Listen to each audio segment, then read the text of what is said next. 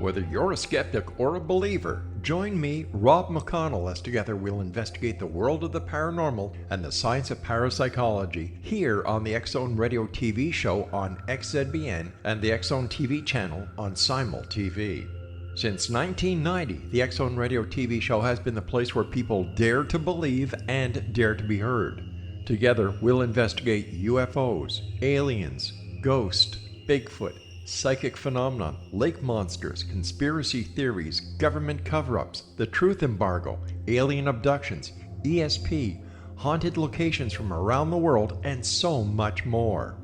With over 28 years of broadcasting and more than 4,500 individual guests, the X-Zone is truly a place where fact is fiction and fiction is reality, as evidenced by the credibility, integrity, and professionalism of the guests that we bring to our international audience. If you have seen a UFO, had a close encounter, seen a ghost, Bigfoot, lake monster, or a story that you would like to share or have investigated, contact me, Rob McConnell, by sending me your email to xzone@xzoneradiotv.com, or you can call toll-free 1-800-610-7035, extension 143, and on Skype, X-Zone Radio TV.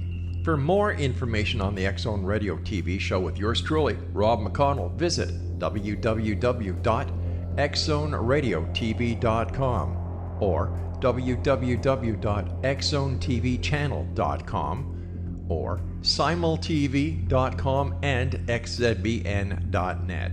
Until next we meet here in the X-Zone from our broadcast center and studios in Hamilton, Ontario, Canada, always remember, X-Zone Nation, keep your eyes to the sky and your heart in the light.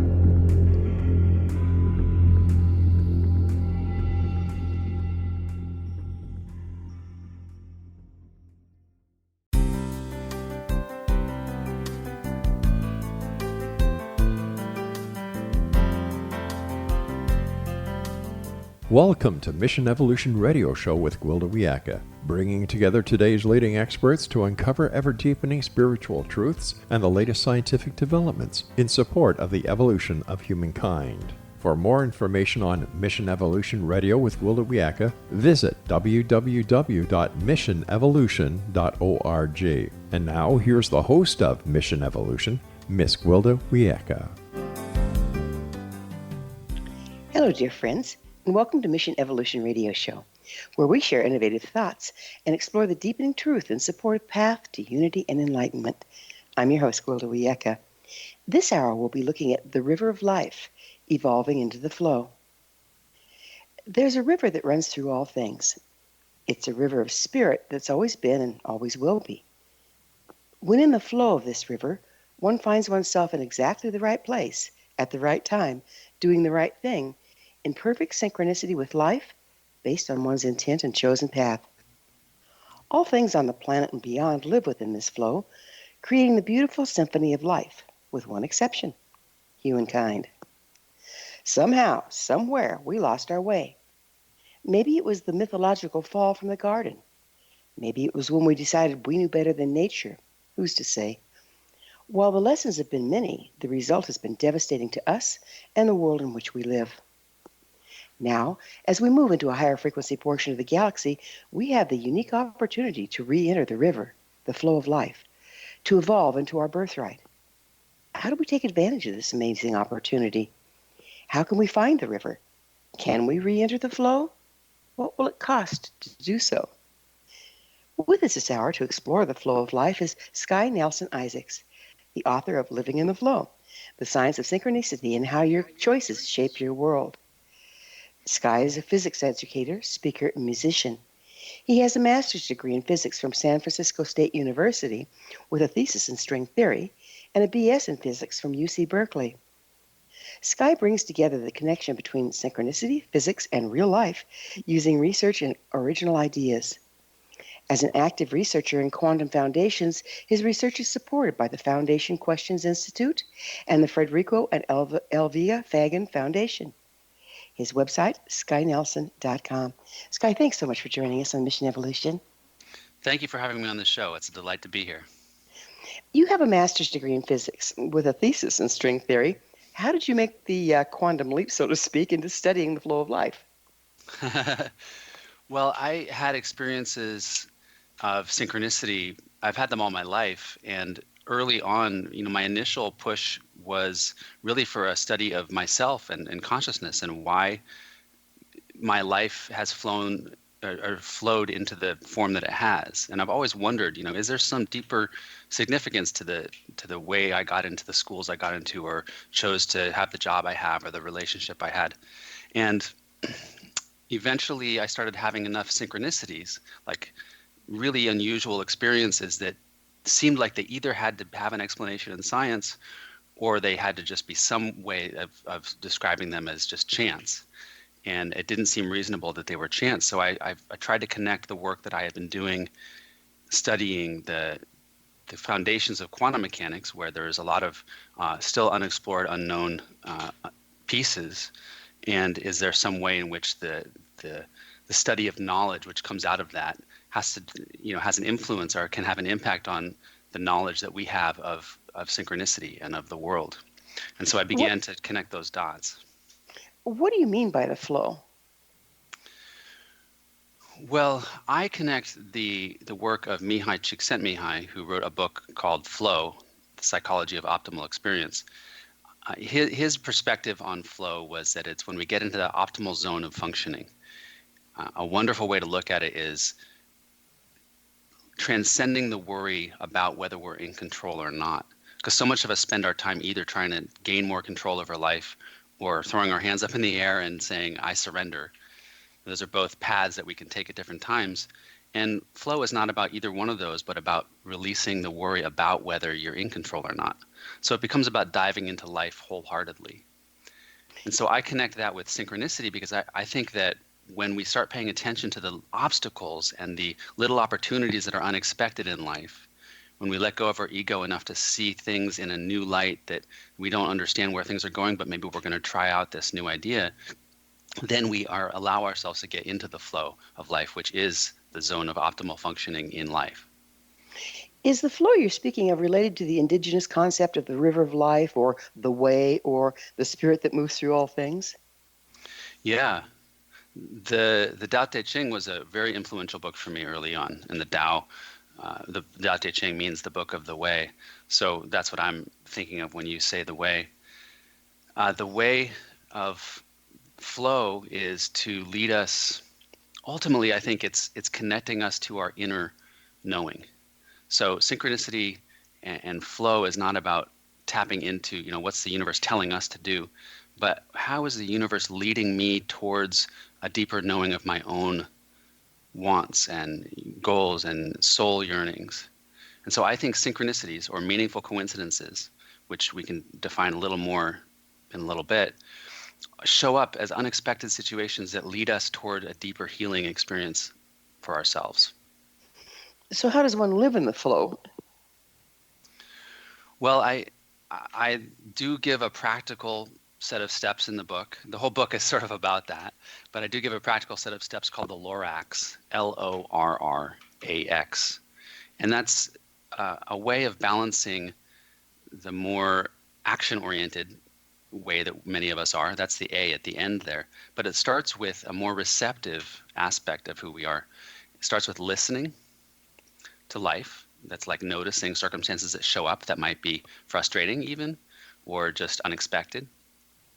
Opening our minds to what they might be, that they might be useful in some way, not resisting life all the time.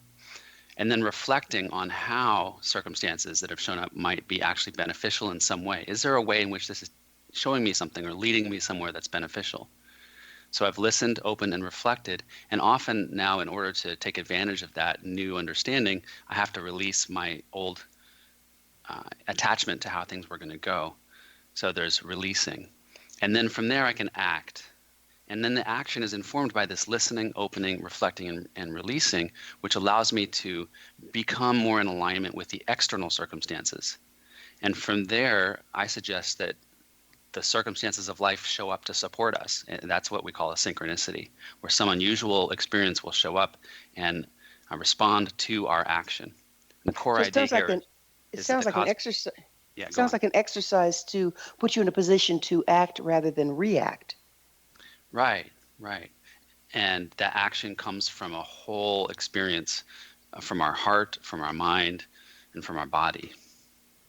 I want to get into that whole experience. What do you mean by whole experience? How can we engage all those different aspects of ourselves? Seems like we're running around with these heads on these bodies. Yeah, yeah. A lot of us, my experience certainly of myself is I can be in times, states of mind where I'm really in a state of mind. Like my mind is thinking about how I'm going to respond to this person or deal with the situation, or how I might be going to manage the problem that happened with my daughter or my friend. And what's happening there, but what I've found in doing my own sort of analysis of what's going on for me, is that there's often some underlying current of emotion happening. And the underlying current of emotion, I think, is what we're trying to get at right now in our culture. We're trying to see that there's an underlying influence of feelings that we're feeling that we're not even able to tap into, really. We don't understand it's there because we can't see it. But it actually drives our thoughts and our choices. So when we can become more transparent with ourselves around what we're actually feeling, we can actually make choices that are in alignment with those feelings, or choose different ways of thinking that actually evolve and change those feelings so that we become into alignment. And then from there, that synergy between our thoughts, our feelings, and also our felt sense in our body can guide us can bring synchronicities which guide us into the flow. So, are you saying that the physical, mental, and emotional need to line up in order to access the spiritual, and then from that place we can access the flow of life? Yes, that's what I think that we're after. And that's where I think we come into a whole expression of ourselves, not simply an expression of one biological urge or one, desire to win an argument, but ability to feel into what's the consequence of me winning that argument down the road. What's that going to feel like to me? Because a lot of times the needs of the soul are opposite to the needs of the mental structure. Like winning the argument actually hurts the relationship. Isn't a lot of our mental constructs designed around avoidance and prior damage and concepts that was actually formed by that? I think so, yeah. Yeah, I can give an example of synchronicity that touches into that. We have about 30 seconds left. Let's hear it. Well, I was traveling with my parents and found myself being really reactive. And we were actually in Hawaii, and on the mountainside, we were coming down from the volcano, and I came across somebody hitchhiking who ended up getting in my car. It was raining, so it was kind of unusual. She got in my car, and she proceeded to be this voice and give me a reading, like a psychic reading. And she was a voice telling me about my inner struggles with my parents. And so it was this reflection of what was going on in my personal life from the experience I was having on the outside that was totally unexpected and unusual. You gotta love that. Well, it is time for that promised break. Sky and I will return shortly, so don't go away. You're listening to the Mission Evolution Radio Show, coming to you on the X-Zone Broadcast Network, www.xzbn.net.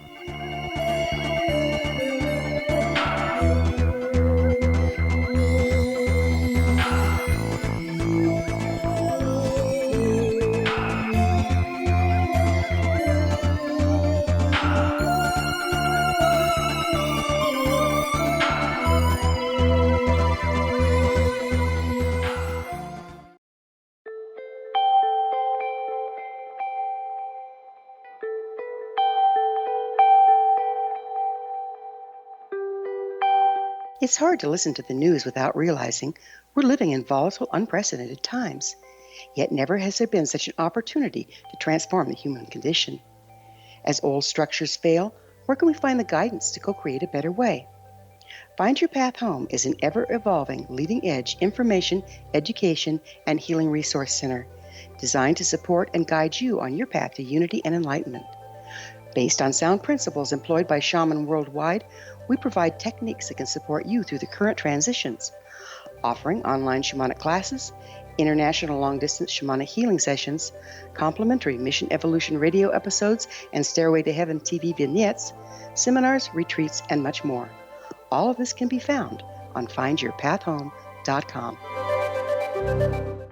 So I was watching the X Zone TV channel last night when I was abducted by aliens, and they kept repeating to me over and over again, simultv.com, simultv.com. What's simultv.com? That's what I asked them. They had it written on the side of their UFO. How do you spell that? UFO. No, I mean simultv.com. simultv.com. simultv.com. Right. simultv.com. Interesting that you were abducted by aliens in a simultv.com UFO last night. Oh, yeah? Yeah. Now that you mention it, I remember now last night I was awakened from a deep sleep. My great-grandmother was standing there. She said she'd come from the hereafter to tell me about simultv.com. She even spelled it out for me. simultv.com, sonny boy. simultv.com. simultv.com, sonny boy. Wow. Yeah. Guys, you'll never guess what my psychic guru just told me. simultv.com. Exactly. Are you guys psychic too? Of course. We all know about simultv.com. simultv.com.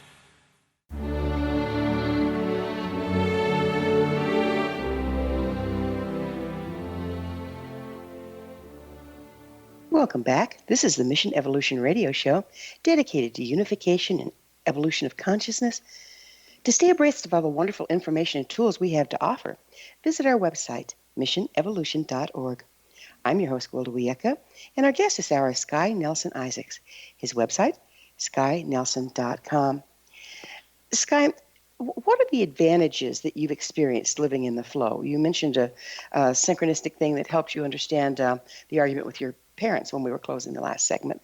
What can we expect as people as the advantages of finding and living in the flow? That's a great question, Gwilda, because I think that often we can get caught up in the external advantages, and I've found, especially by paying attention to small little synchronicities, small little moments of guidance from the cosmos, little obstacles that redirect us or whatever it may be, that for me, the really deep work is how it reflects to us our own inner emotional state, because I think our emotions are tools to use for our beneficial to our benefit in this life. And yet right now we're living in a time when we don't understand them when we're controlled by them. And so the flow can actually bring us experience after experience after experience that illustrates to us, displays to us in an external theater what kinds of feelings and responses we're having inside. And as you were saying, ties back to, oh, where did I learn that from in my childhood?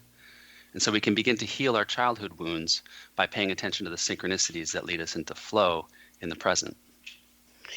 How can you tell when you've slipped out? I mean, I've been there, okay? And it's like, it seems so simple. You pull into the Walmart just as the very important parking spot opens up. I mean, I've had days where everything just like it was charmed. Then I've had other days where I'm beating my head against a brick wall. How can you tell and correct when you've slid out of it?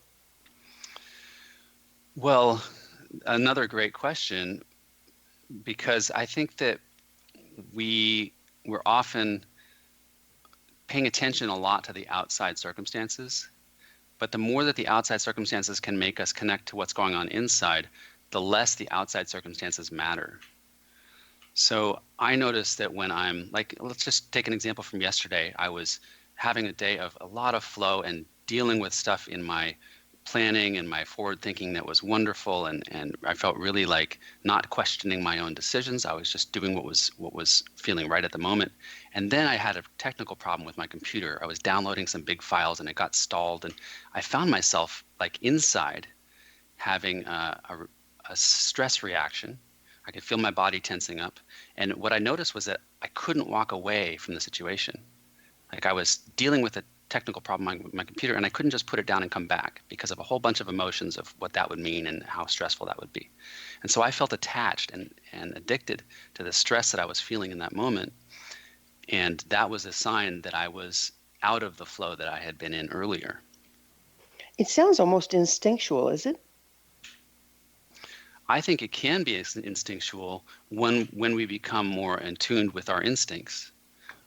A lot of times for me, that my mind has a set of preconceived destinations They get in the way of those instincts. And flow or synchronicities, let's say, are the circumstances that show up to break that and make us have to get back into the flow. But if we resist them because we've got a preconceived destination, then sometimes we can get out of the flow.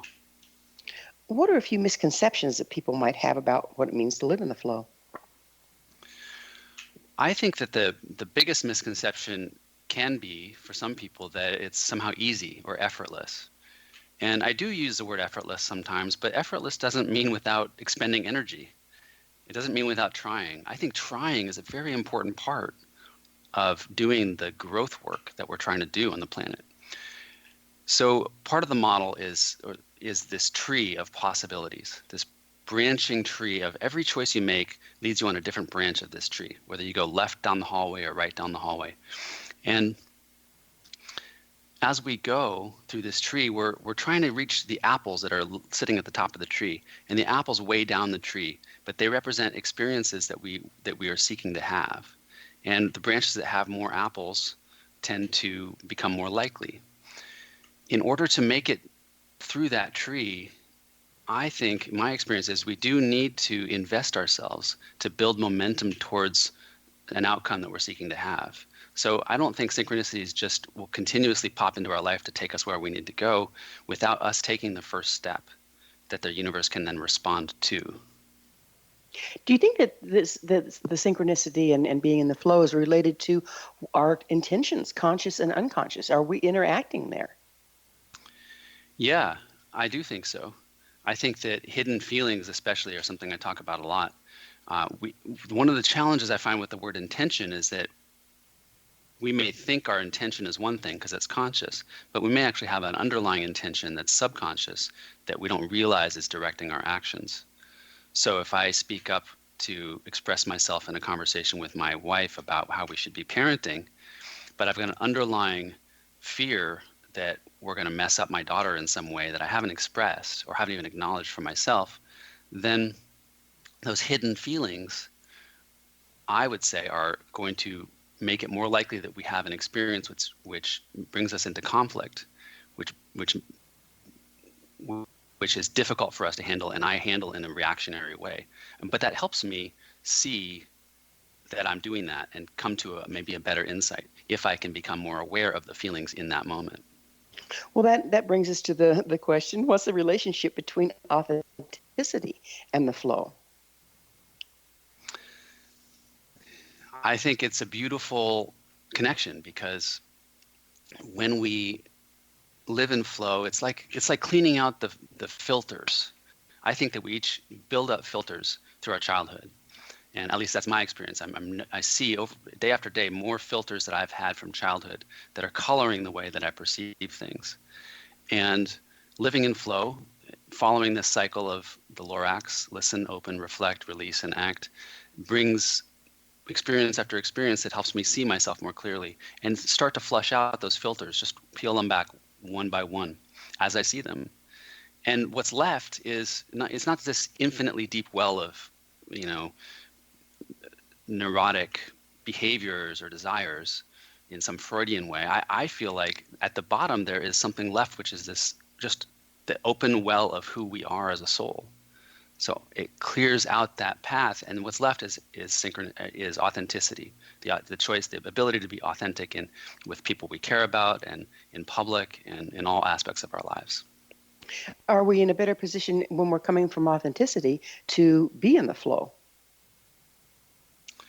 I think we are, because we become more able to act without reaction.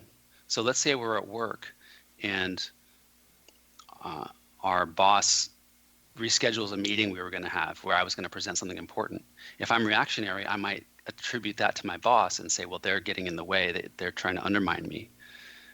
But if I'm able to access an authentic expression and express myself cleanly and not get tied into that story and develop trust of the circumstance, I might find that actually we reschedule the meeting and it's a better day because the CEO is visiting the office that day and gets to sit in on my presentation. And now I get to really shine. So authenticity, I think, allows us to express ourselves more cleanly, not create more wounding or harm, and then see where the circumstances are guiding us for our betterment. You touched in on this a little bit, but I'd like to go into it a little further. What is symbiotic momentum? Symbolic momentum. Symbolic momentum. There we go. Yeah. So I think that every action we take is meaningful. And a lot of what I am developing in the book is an understanding of what's the word meaningful mean from a physics perspective. And every action we take splits the tree into different branches that we could take. And on some branches of those tree, these apples, which represent the outcomes or the experiences that we're seeking to have, some of the branches have more apples and some of them have less apples because they align with those experiences we're seeking to have in life. And as we make choices that are consistent, if our choices are consistently reflecting the same motivation, like I want to do better at my work, then gradually we'll move into portions of that tree that have more and more apples, even if we haven't reached an apple yet, even if we haven't gotten a promotion or gotten any feedback from our superior or our peers, or like we've just been doing the work for a long time with no feedback, we still know that we've reached a point in that tree where there are actually a lot of apples available to us. And that's what I call momentum, because now even if we don't do anything else, we're likely to get an apple. We're likely to achieve one of those outcomes that we're after. So are you saying that our movement is in agreement with building a matrix at the quantum level, if you will, to reach the desired outcome? Yeah, and those experiences, the other piece of that phrase is that they're symbolic. So I'm not thinking of chocolate and then somehow manifesting chocolate specifically. If I think of chocolate because I'm just yearning for some, hit of sugar and, caffeine or whatever it is, and then I might experience a symbolic manifestation of that. It might be a cup of tea. It might be a brisk walk outdoors in the cold with a friend. It might be dark chocolate. It might be dark chocolate itself, or it might be something else. So what we're after is an inner feeling that we want to have, an experience we want to have.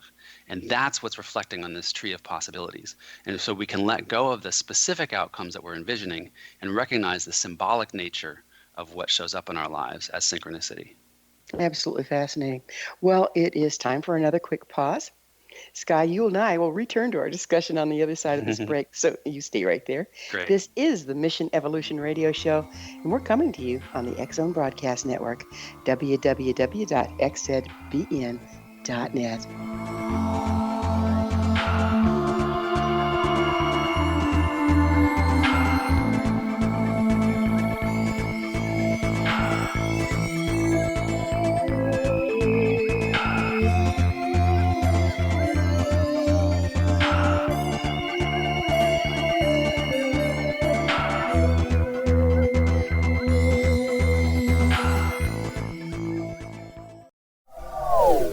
They are here, and they've been here for thousands of years, making their presence known in the shadows. They might be seen by a lonely motorist on a deserted road late at night, or by a frightened and confused husband in the bedroom he is sharing with his wife. But who are they? What do they want? Why are they here? Perhaps most concerning, has the government been aware of their presence all along? The new book by Elvia Marzulli, UFO Disclosure, the 70-year cover-up exposed, delves into the world of UFOs. Can full disclosure be soon?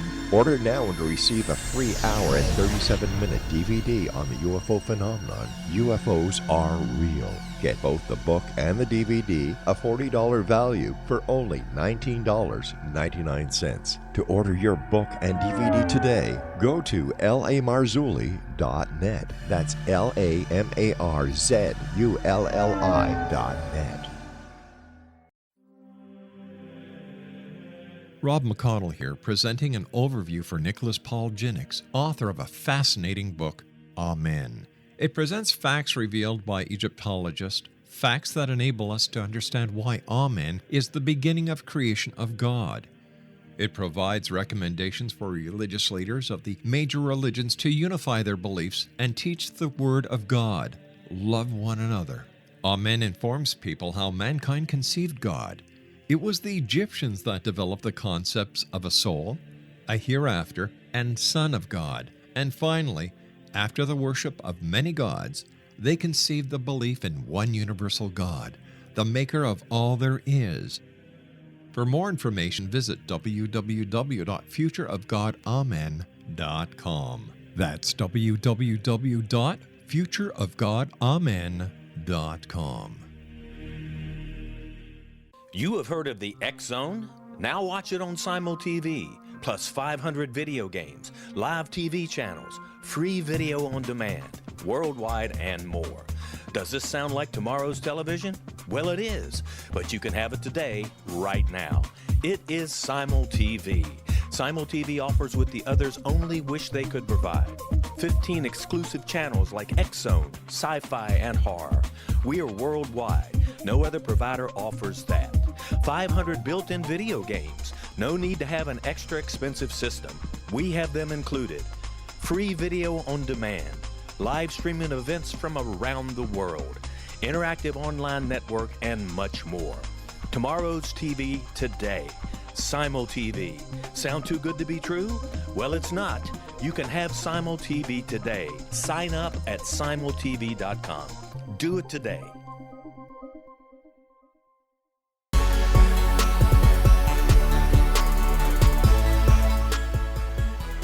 Welcome back. This is the Mission Evolution Radio Show, missionevolution.org, bringing leading-edge information supporting the path to enlightenment. I'm your host, Gwilda Wiyaka, and we're speaking with Sky Nelson Isaacs. His website, skynelson.com. Sky, for over 50,000 years, and this stuff isn't new, right? For over 50,000 years, all shamanic traditions, worldwide actually, have used synchronicity as a divinational tool. Can we do the same? Yes, I think that, I'd like to understand exactly what we mean by that phrase, but I use it in my life to see the direction that I think things are moving. So let me apply that to something here. I feel like one of the issues that has come up symbolically in our world today is climate change and the way that the climate is responding to humans. And I see that as a symbolic experience as well as a literal one. And by that I mean that the raising of the oceans and the flowing of water and the changing of the water systems and all of that, the raising of the temperature, all corresponds to the flowing of our inner emotional state and our subconscious becoming free, and the flowing of our own lives and the raising of the pressure to evolve ourselves. And so I feel a lot less tension around climate change than some people I know, because I'm working, I see it as a reflection of what's going on inside of us. And so I think that by evolving ourselves, we can change that direction. So I'm not trying to change this huge juggernaut of society and the way we do carbon. I'm actually trying to change myself and the way that we think about life as a way of metaphorically or symbolically changing that direction. So in order to use omenology, if you will, one must be able to decode presenting patterns. How can you tell a meaningful pattern from a random event? That's a good question to look into, because often we can get stuck in externally trying to understand a sign.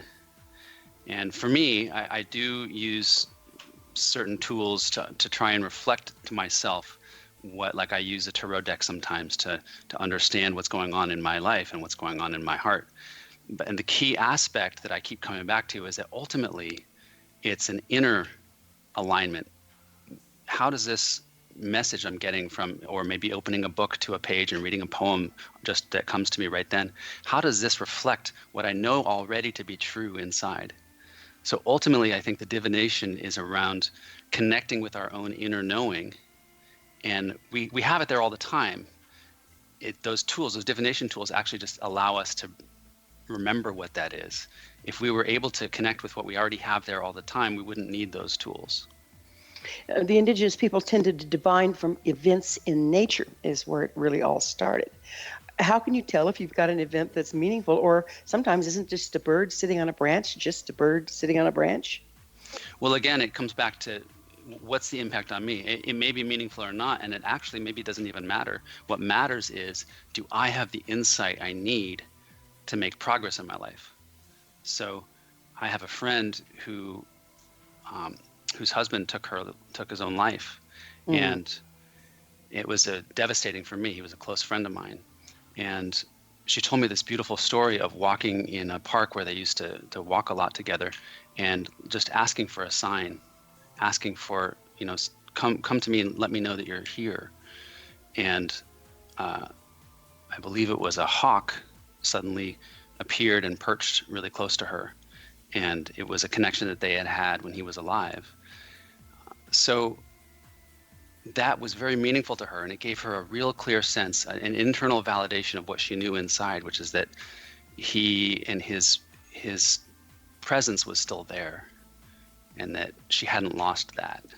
Mm-hmm. What's the role of synchronicity and flow in scientific discovery? Well, my experience is, tapping into that same thing from our own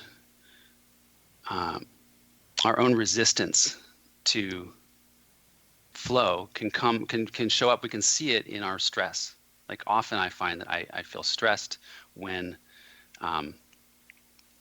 situations are a certain way, and I can tell in my body that I'm feeling stress. And so can you tie back into what the question was again for me? Help me out there. No problem. I was asking, what was the role of synchronicity and flow in scientific discovery? Oh, so I noticed the same process in my own body when I'm doing work and I'm getting deeper and deeper into it, and then actually getting more and more stressed about what I'm doing and not feeling the flow in the research I'm doing or the writing I'm doing. Maybe what I often find is that I'm getting pulled off course by an inner thought that is trying to be perfect. But why am I trying to be perfect? Oh, I'm trying to please my dad.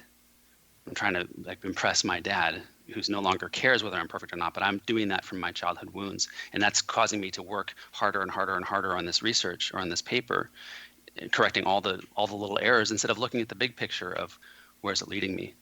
So I think that synchronicity and flow can be really useful to help us do the work we're doing scientifically and show us insights. A lot of my insights do come from unexpected places. So it's like getting that hunch if you're, say, a detective, getting that gut level hunch and being present enough to follow it, even though there's not anything necessarily showing in physicality to indicate it? Yeah, I mean, often it'll be, I'll know that I'm not making any progress, and so I'll just stop what I'm doing, and I'll try and change gears and pull back and look a little broader. I'll look at my bookshelves and find a book and sit down and read. Take the steps of listening and opening and reflecting. And I don't necessarily go with what I read, but something in the reading triggers it re-sparks my own creative thought cycle. And whatever direction that goes, I've now relit the spark, and I can put the book down. I don't need to follow the synchronicity of the book literally, but it's served to re-spark my own flow. So break you out of hyper-focus. Yeah, so you're missing stuff. Right, and there's this. What's the opposite of hyperfocus? A space of more broad awareness that includes the heart. You're a researcher in quantum foundations. What does that mean?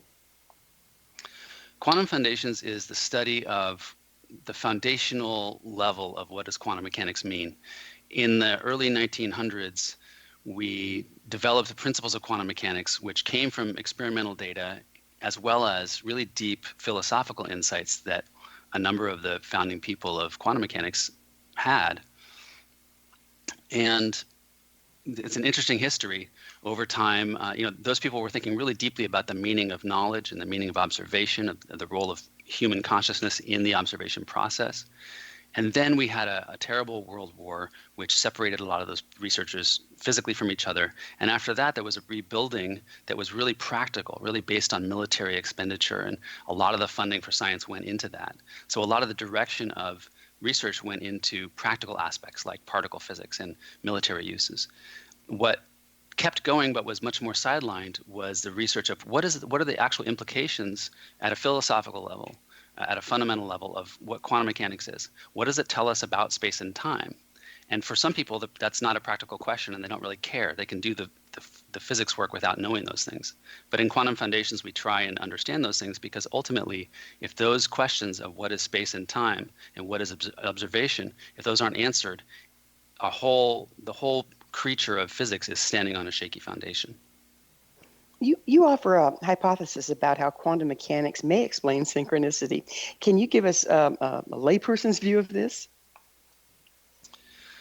So a synchronicity is an experience that is unusual, seems unlikely, but it leads to a circumstance that is actually something we're seeking to have, an experience we're seeking to have. So instead of saying physics is material reality and from that comes consciousness and all the rest of it, I say underneath physics is experience. We wake up in the morning and we're having experiences. That's all we know, is that we are having an experience. And from that, we can describe the physics of it. But we also have this other thing that, conscious awareness that comes from our experiences. And so the way I look at this process is that we're constantly anticipating the experiences we want to have. Our mind and our body and our feelings are like a resonant chamber that's not only thinking about the breakfast we want to eat or the coffee we want to drink, but also feeling it and actually anticipating those feelings, those experiences. And when we do that, the anticipation is actually interacting with this tree of possibilities, which is described by quantum mechanics in my work. I think it is. And when we interact, when our anticipated experiences interact with that tree of possibilities, the possible outcomes which align with our anticipated experience grow these metaphorical apples, so they become heavier and more likely to happen.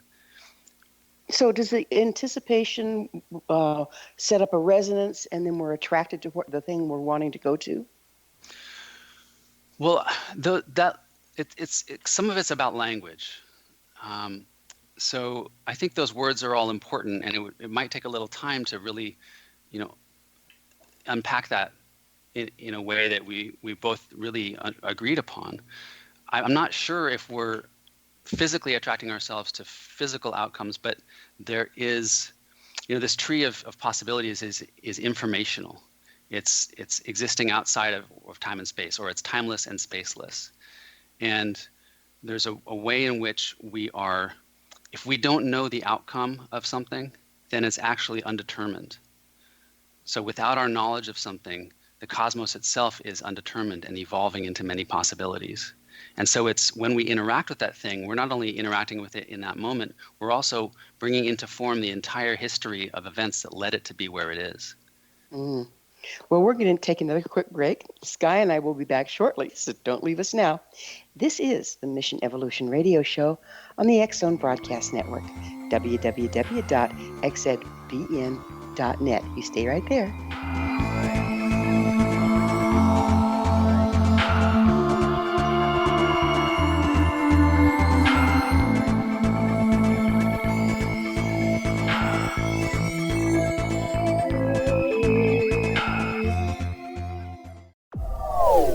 They are here, and they've been here for thousands of years, making their presence known in the shadows. They might be seen by a lonely motorist on a deserted road late at night, or by a frightened and confused husband in the bedroom he is sharing with his wife. But who are they? What do they want? Why are they here? Perhaps most concerning, has the government been aware of their presence all along? The new book by Elvia Marzulli, UFO Disclosure, the 70-year cover-up exposed, delves into the world of UFOs. Can full disclosure be soon? Order now and receive a free hour and 37-minute DVD on the UFO phenomenon. UFOs are real. Get both the book and the DVD, a $40 value, for only $19.99. To order your book and DVD today, go to lamarzulli.net. That's LAMARZULLI.net.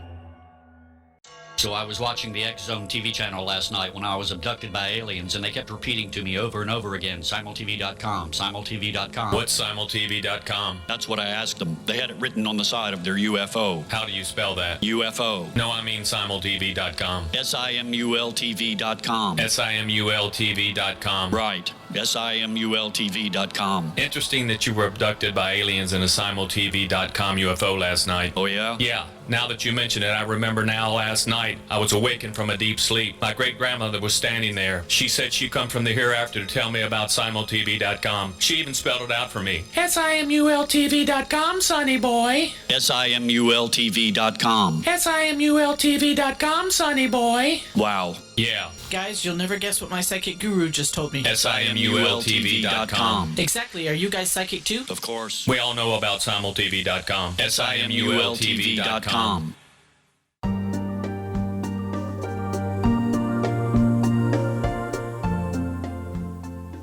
Welcome back. This is the Mission Evolution Radio Show, bringing together gifted people of service to the world. I'm your host, Gwilda Wiyaka.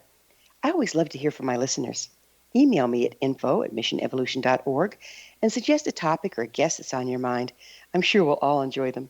Speaking of important people of service to our world, our guest this hour is Sky Nelson Isaacs.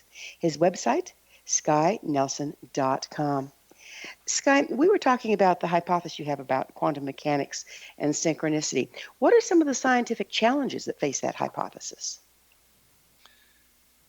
The science of quantum mechanics is well understood and really has been proven very effectively to apply to small particles like electrons and protons and particle physics.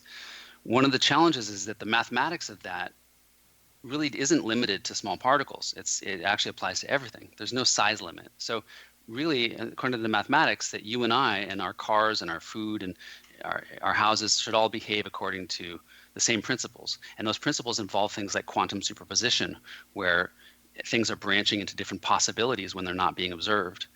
The challenge is that when this was being developed, people said to themselves, well, obviously that's not happening, right? Because the piece of paper in front of me is not in two locations at once. It's just sitting in one place. But what's really happening is that when we observe something, it does take a definite form. And that's what the science of quantum mechanics tells us. So my work is trying to show that this really does apply to macroscopic things, like everyday world stuff. But that's far from been proven or accepted in the scientific community. You know, one of the things we keep touching into is the observer. And I think all of us, or most of us, know about the observer effect. If the observer effect is actually true at the quantum level, doesn't that make all scientific studies debunked? I mean, invalid?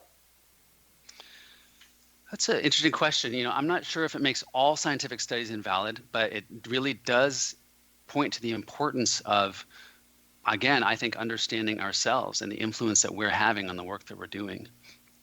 I think that ultimately the science we need to be doing needs to expand in its scope to, scientists cannot be just external robots performing activities on something and finding out about things outside. We actually, all of us, scientists included, need to look inside ourselves as part of the process of scientific inquiry. And a lot of great scientists over the years have done that, especially when they were natural philosophers. But that's something that's not really emphasized in any place of our culture, really, the importance of looking inwards as well as looking outwards. It's huge, isn't it? Because right now, with the big money buying different studies, and then you have an intent that you're looking for something, don't you run the risk of creating it? Yes, I think so. And this is an example of where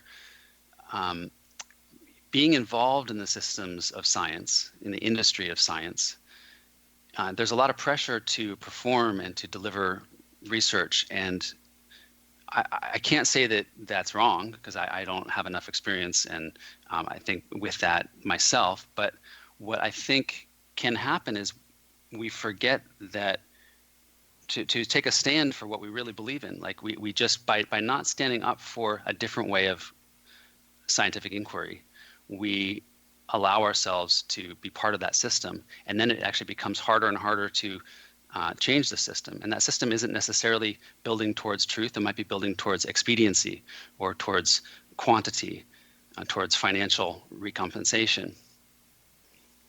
So, how do our choices shape our world? Our choices shape our world through our actions a lot, and to a large extent. And our actions are guided by our feelings.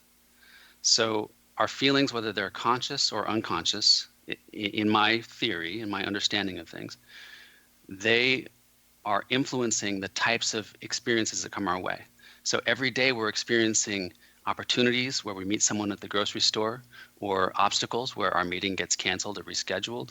And all of these are ways in which our world is being shaped. And I suggest that these experiences, which seem random, are actually a response that the cosmos is having to the felt experience and the choices and actions that we're having. It sure puts us in a larger place of responsibility, doesn't it? I think it's a very empowering perspective. It's very important, I think, in the theory that it's neutral, right? It's not this positive, happy thing that synchronicity is always showing up to make your life better. It's actually just reflecting a neutral reflection of where each of us is at. So if we're having internal dialogue that's not constructive, then we will be bringing about circumstances which reflect that to us, which will feel bad, maybe. So which basically are saying, if you don't change directions, you might end up where you're headed. Right, exactly. And so it's very empowering to realize, like, even if we don't like where we're at, we are powerful beings who are creating the next opportunity. So whether or not we're creating the opportunities we want, we at least know how powerful we are in that process and can grow to become more aligned in our actions. So then the key goes back to know thyself. I mean, if many of the choices we make that shape our experience are unconscious, we're unconsciously creating, yes? I believe we are, yeah. And I believe that that's one of the most important things we can do at this time in history, is become more conscious of the way that we're actually creating the experiences. You know, instead of it being, I'm on the right side of the political spectrum and the left is really at fault, or I'm on the left and the right is really at fault. It's we're both sides of the spectrum. All sides of this spectrum are creating a dynamic that is bringing about circumstances in the world which exacerbate the hidden emotions to bring them to the surface. And the quicker or the more deeply we can feel into those, the more we can begin to allow ourselves to be cleared of those hidden patterns and work them through and become a culture that is whole. It's a tangled web, isn't it? So, are you saying that by working through our patterns, the unconscious patterns that are originating in our wounding rather than our authenticity, we can become more aware of the relationship and of the action and reaction of our choices? Yes, and take responsibility for our role in it.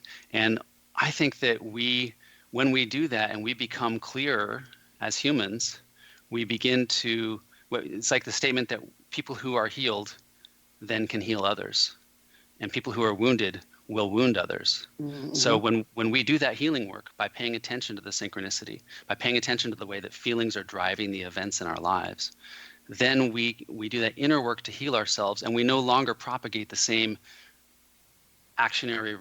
reactionary anger or reactionary jealousy or shame. And we don't bring that out of other people. We don't cause that in our children or in our peers or family. And overall, that really does have a very profound effect on the types of dialogues happening in our culture. Is there a difference of impact from individual decisions and group decisions? That's a question I've asked a lot, and I don't know. I don't think that this is the kind of thing where it's like our ability to create synchronicity is something that can just add, like you and I both wishing for the same thing will double the chances. I think that ultimately there's this aspect of the theory that talks about relationality, that all of the cosmos is defined from a point of view. And for you, that's your point of view. So you see the cosmos from your particular perspective, and the events that are showing up in your life are happening from your perspective. So I don't know that we can combine perspectives, because that actually goes against the way that the theory of relationality works. So it's very important to have that we are conscious beings at the center of our experiential world. So we do have a really big influence on the situations that show up for us. I do really think that collectively, when we work together from a common place, we absolutely create a better synergy for optimal functioning. So I don't fully understand that relationship, though. Well, it gives us something more to explore, doesn't it? Yeah. Yeah. How do you see our world changing if more people become proficient at reading patterns and using them to enter the flow? I think the beauty of this work is that it's not about just going out there and changing, the legislation to deal, for instance, with climate change. It's actually about standing up in our own lives for what we really care about, clearing out that channel that's blocking us from expressing ourselves. So if I'm someone who's really wanted to do a certain line of work, and I'm currently in a line of work that doesn't align for that, but I've got all sorts of reasons why it's difficult to change, or why I'm not good enough, or I'm scared of losing my income, or flow can actually be a step-by-step process for optimizing us getting from point A to point B, if point B is really our soul's journey, if that's where we're really trying to get to. And so I think that the underlying message of the book is that the healing and growth of our planet and our global society happens hand in hand with us becoming more aligned with what it is that we truly want in our life. And from that, we get this tremendous satisfaction and fulfillment. And at the same time, that's reflected in the growing peace and harmony in our world. Very beautifully stated. Well, as always, time has absolutely flown. We could go on and on, Sky, but unfortunately, we're out of time. Thank you so much for coming on the show. Thank you so much. Have a great day. And you too. Our guest this hour has been physicist Sky Nelson Isaacs, the author of Living in the Flow, The Science of Synchronicity, and How Your Choices Shape Your World. He's got lots of good things on his website, so you can visit him there, skynelson.com. Remember to join our email family to stay abreast of all the exciting new things we have coming up at missionevolution.org. This has been Mission Evolution Radio Show with Gwilda Wiyaka on the X-Zone Broadcast Network, www.xzbn.net. Join us next time as the mission continues, bringing information, resources, and support to an evolving world.